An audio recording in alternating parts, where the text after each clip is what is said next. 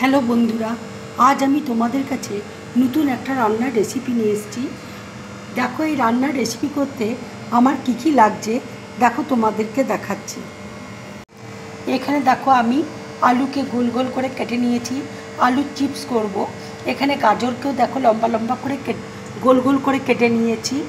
গাজরকে দেখো এইভাবে লম্বা লম্বা করে কেটেছি, আলুকেও দেখো এইভাবে আমি কেটে নিয়েছি। এটা আমি একটা দেখো ডেকোরেশন তৈরি করব। এখানে দেখো লঙ্কা গুঁড়ো রয়েছে, আমচুর আছে, নুন আছে, ব্ল্যাক পেপার রয়েছে। এখানে দেখো ময়দা রয়েছে, কর্নফ্লাওয়ার রয়েছে। এবার দেখো আন্দাজ মতো আমি নুন দিয়ে দিচ্ছি। এবার আমি অল্প অল্প করে দেখো জল দিয়ে ব্যাটারটা তৈরি করে নেব।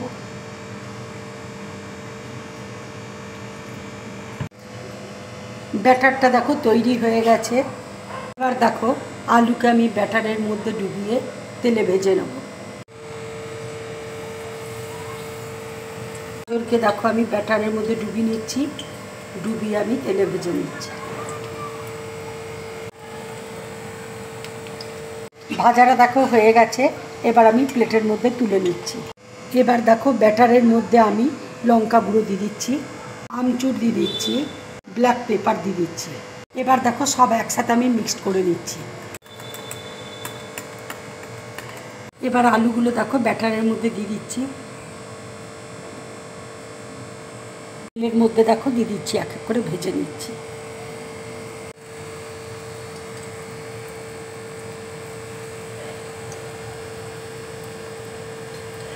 এবার দেখো গাজরগুলো আমি দিয়ে দিচ্ছি।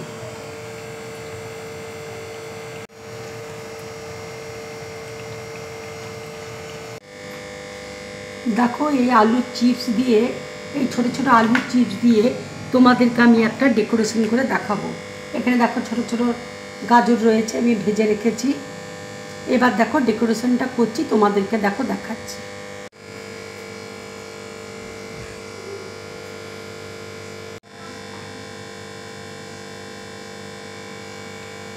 এইভাবে দেখো পা আমি তৈরি করে নিচ্ছি।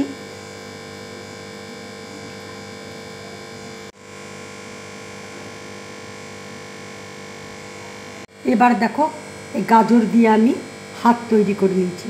গাজরটাই ভেজে রেখেছিলাম, সেটা দিয়ে হাত তৈরি করছি।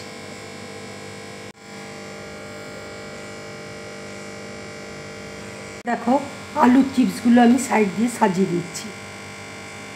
এবার দেখো আমি টমেটো সস দিয়ে চোখ তৈরি করে নিচ্ছি।